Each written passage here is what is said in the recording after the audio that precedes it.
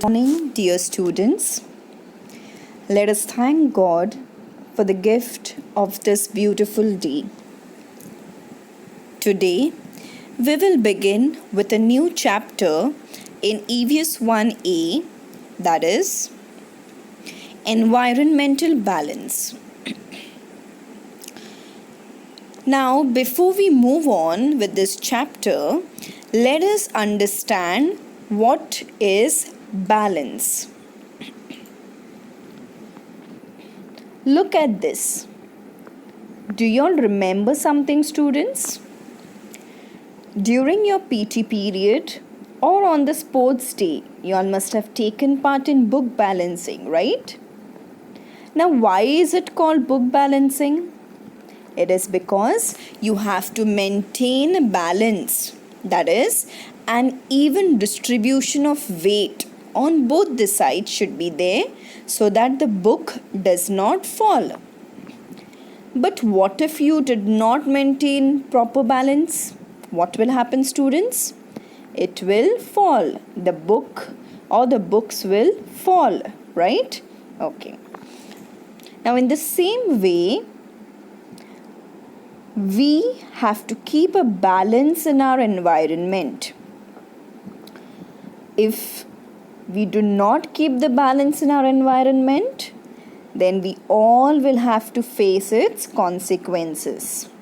So if you see over here in the picture, there is a stone kept, a wooden plank is on top of it. On both the sides, equal number of stones are kept. Now, why equal number of stones are kept, students? It is because the balance will be maintained because of this equal number of stones that are kept on both the sides. Now, if I add one more stone over there, okay, if I add towards this right hand side, if I add one more stone, what is going to happen, students? The stones are going to fall, right? So that means balance is nothing but when you have an even distribution of weight on both the sides, right?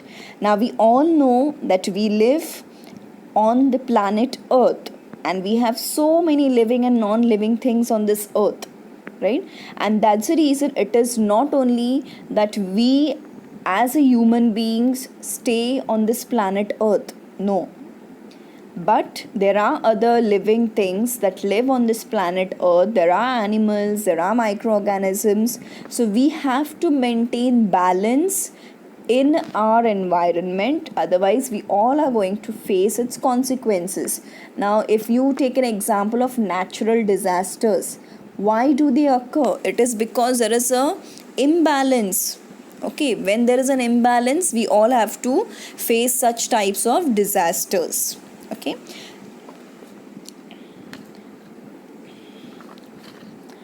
So today let us study about environmental balance in this lesson and why it is important.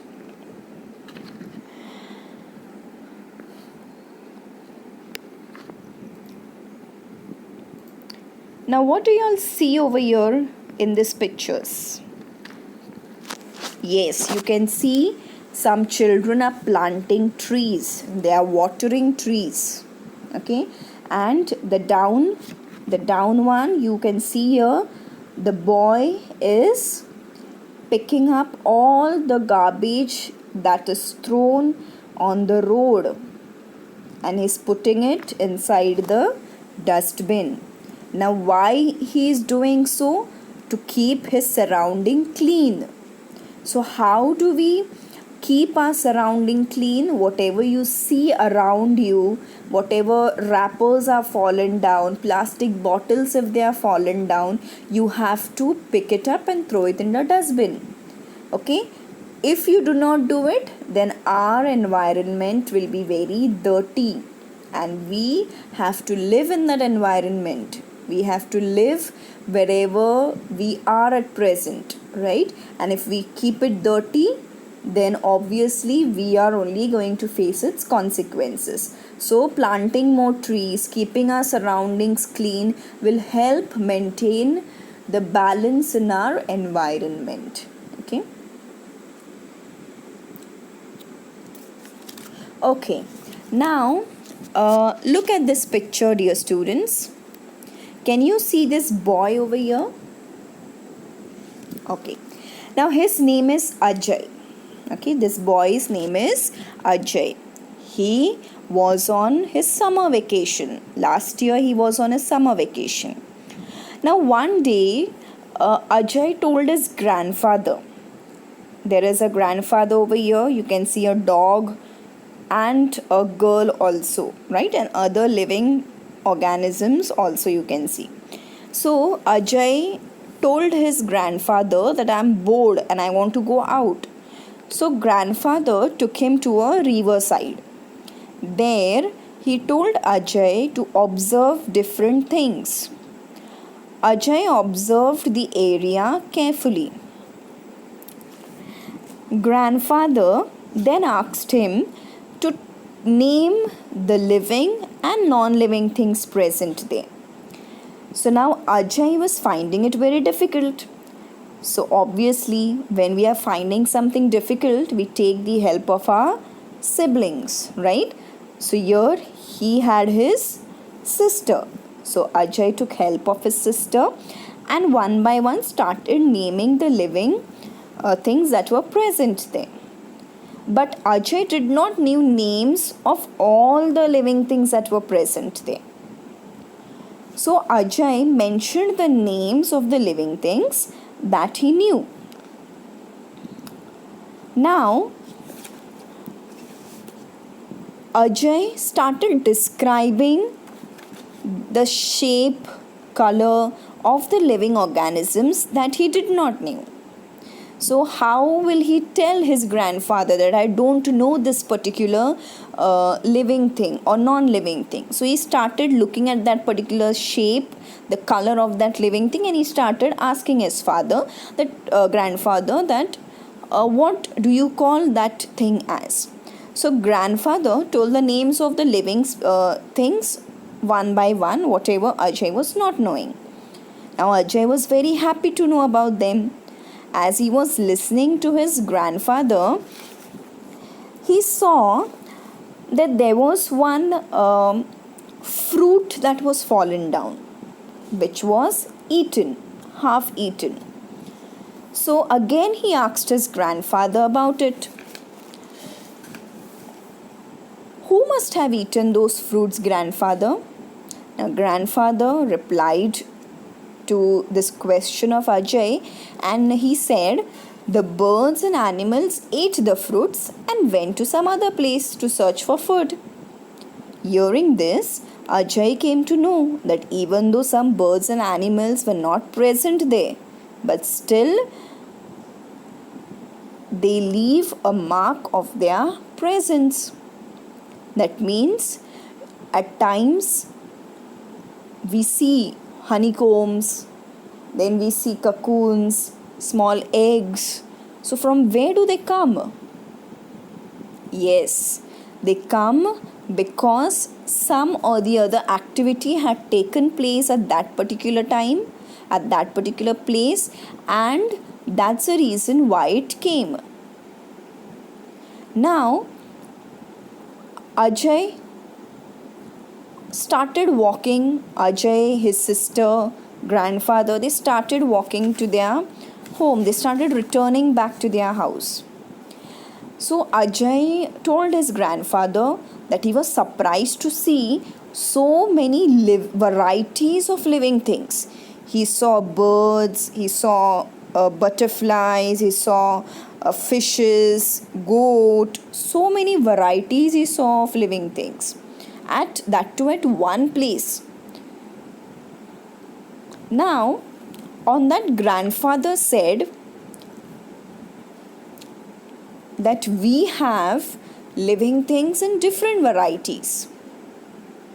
So Ajay wanted to learn more about these living things.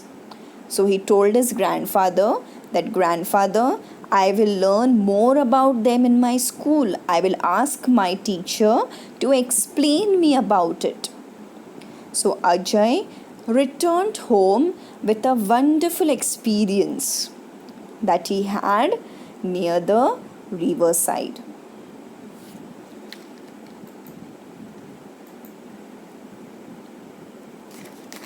Okay. So now if you see over here what Ajay saw. Now Ajay saw variety of living things over there. Okay. Now whenever you go to some place, now at present you're in your house, right? Now whenever you visit your native place or whenever you go outside India, you see different varieties in living things. Different birds you can see, different animals you can see.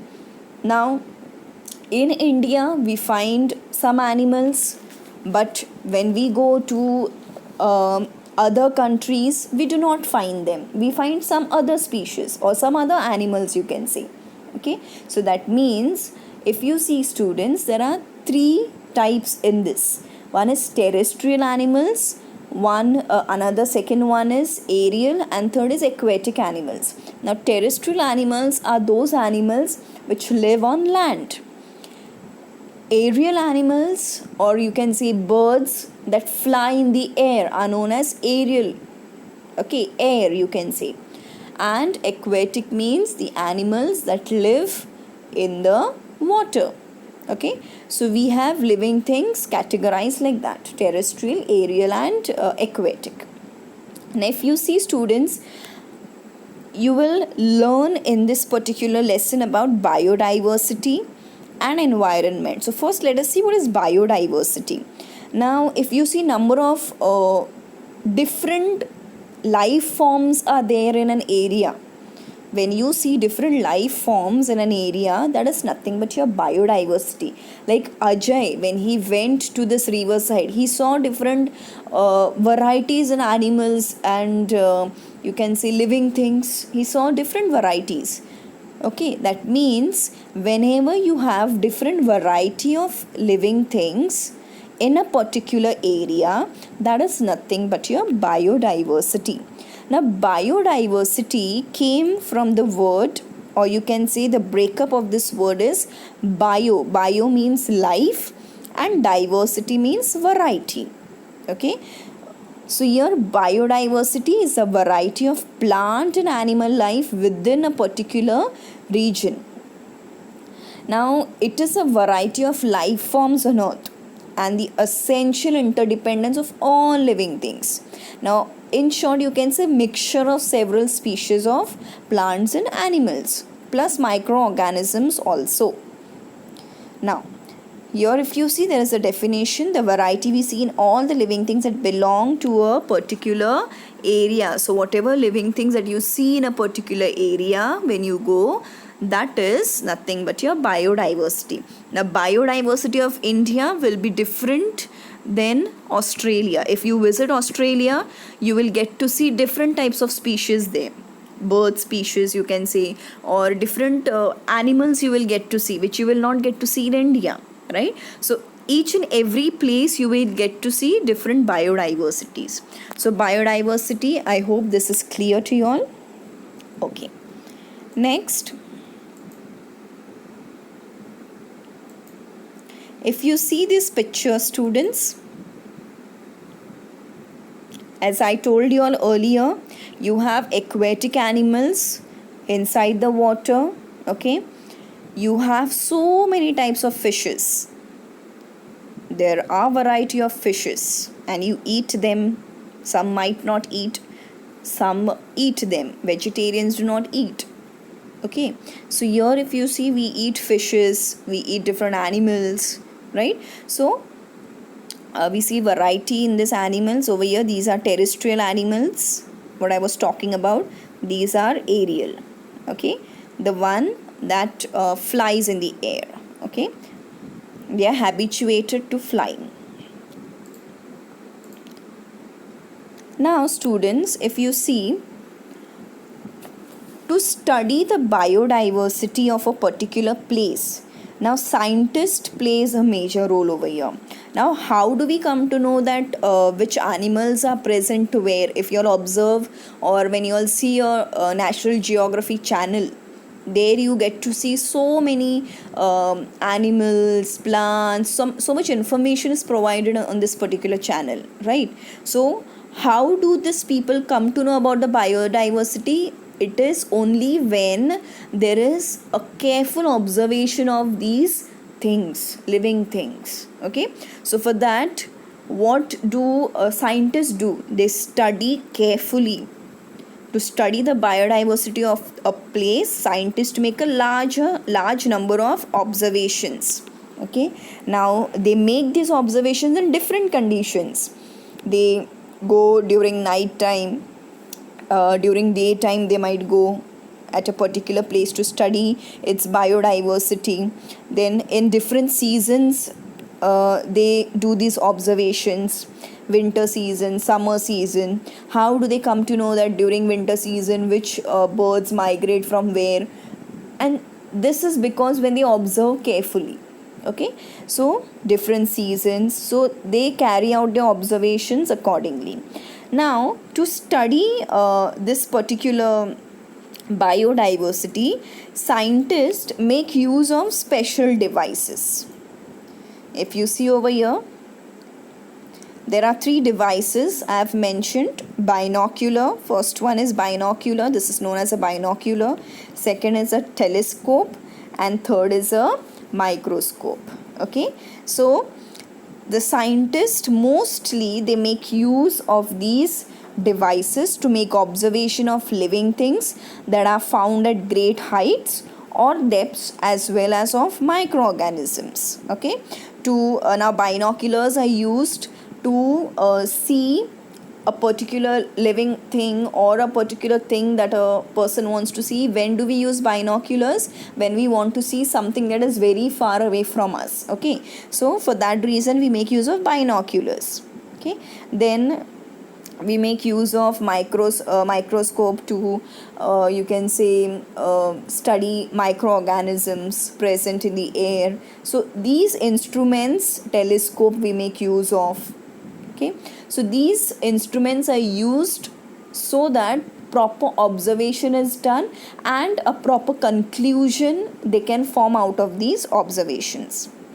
So they use special devices to make observations of living things that are found at greater heights or depths, as well as of microorganisms. Okay, now this was all about biodiversity. Now students, remember, to study the biodiversity, scientists bring all the observations together and they study again. It is not that once they give one time they will read all the observation and they'll give a conclusion. No, they study everything properly, minutely.